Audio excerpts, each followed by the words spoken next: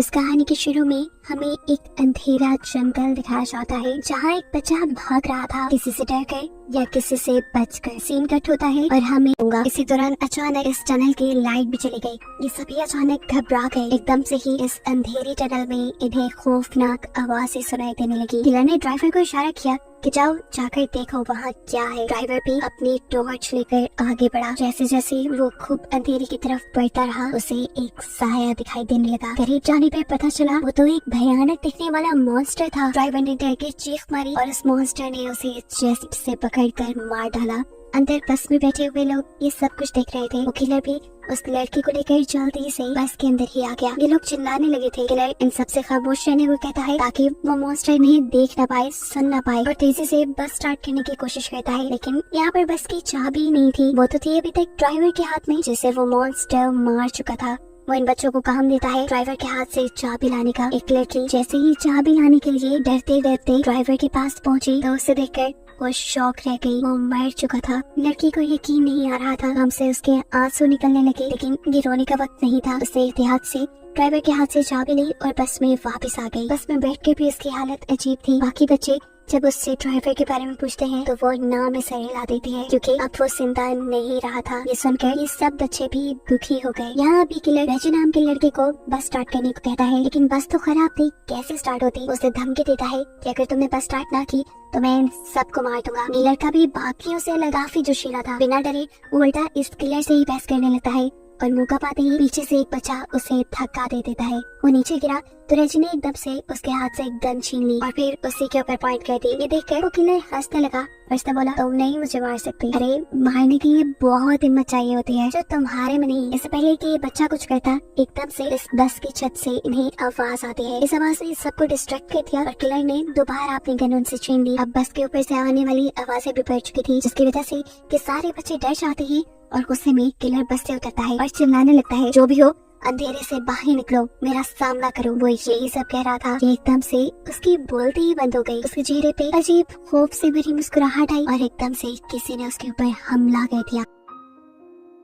हमला करने वाले ने उसका सर धड़ से अलग कर दिया था और बस के अंदर से ये देखकर बच्चे बिल्कुल शॉक रह गए। वो खामोश हो चुके थे क्योंकि उन्हें क्रिएचर यानी मॉन्स्टर के एक हाथ में उस आदमी का सर और वो खौफनाक सी दिखने वाली क्रिएचर नजर आ रही थी। उसके हाथ में बहुत सारे टेंटिकल्स थे जो उसने इस आदमी के सर के अंदर धंसाए हुए थे। इन्हें समझ ही नहीं आ रही थी कि ये क्या करे। ये लोग अब अपनी जान बचाने के लिए इस बस के अंदर रहने का ही डिसाइड करते हैं, लेकिन तब तक ही जब तक इन्हें अपनी बस के बाहर से अजीब आवाजें सुनाई नहीं देने लगी थी। कड़कड़ाती हुई आवाज से बस का दरवाजा खुला और इन्होंने बस की सीट के ऊपर उसी मॉन्स्टर के बड़े बड़े हाथ देखे। इन्हें मॉन्स्टर बस के अंदर आ चुका था जिससे बचने के लिए ये बस के दूसरे डोर से नीचे की तरफ भागने लगे पर ये दरवाजा नहीं खुला। इनके हाथ में टॉर्च थी जिसका मुंह गलती से जब मॉन्स्टर की तरफ होता है तो ये नोटिस करते हैं कि मॉन्स्टर इस लाइट से डर रहा है। बस इसी चीज का फायदा उठाते हुए इन्होंने उस मॉन्स्टर को लाइट के जरिए ही दूर रोक के रखा कि जितने में इनकी बस का दरवाजा भी खुल गया और ये लोग बस से उतर गए। लाइट को मॉन्स्टर की तरफ रखते हुए ये लोग आगे की तरफ भागते रहे।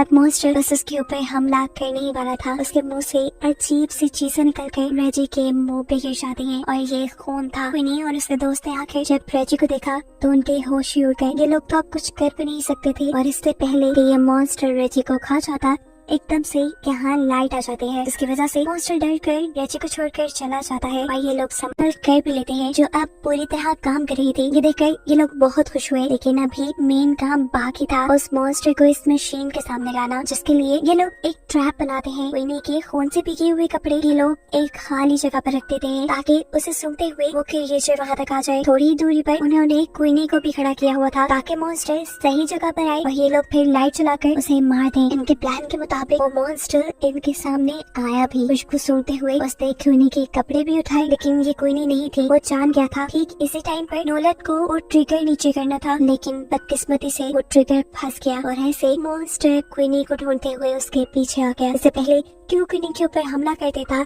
ठीक वक्त पर वो लोग उस मशीन का ट्रिगर ऑन कर देते हैं और बहुत सारी लाइट उस मॉन्स्टर पे पड़ने पर मॉन्स्टर क्वीनी को छोड़ देता है। क्वीनी और उसकी दूसरी साथी तेजी से भागते हुए टनल से बाहर निकल आते हैं और यहाँ बेटी का साथी तेजी से भागते हुए उस मॉन्स्टर के पेट में स्टैब कर देता है। लेकिन इनकी बदकिस्मती कि उनके इस वार ने मॉन्स्टर का कुछ नहीं बिगाड़ा था। अब इन लोगों के पास बस यही हल था कि ये लोग अपनी जान बचाकर यहाँ से भागे। हाथों में मशाल लिए ये लोग बाहर की तरफ भागने लगते हैं, लेकिन अब मॉन्स्टर इनके पीछे पीछे था। वो दोनों लड़कियां तो तब की टनल से बाहर निकल गई थी। टनल से बाहर निकलते ही उन्होंने सुकून का सांस लिया और पीछे देखा जहाँ अभी तक उनके दोस्त नहीं आ रहे थे और अब उनके सामने मॉन्स्टर भी खड़ा था। डर से ये लोग कांपने लगे, लेकिन मॉन्स्टर बाहर नहीं आया क्योंकि बाहर रोशनी थी। इतने में ही पीछे हम उन तीनों लड़कों को भी देखते हैं जो अब इस मॉन्स्टर के करीब आकर पीछे से उसे आग लगाकर टनल से बाहर आ गए। वो मॉन्स्टर आग में जल गया और फाइनली इनका प्लान सक्सेसफुल रहा। इन्होंने उस मॉन्स्टर को मार दिया था। इन सब की जान बच गई थी। न सिर्फ अपने लिए,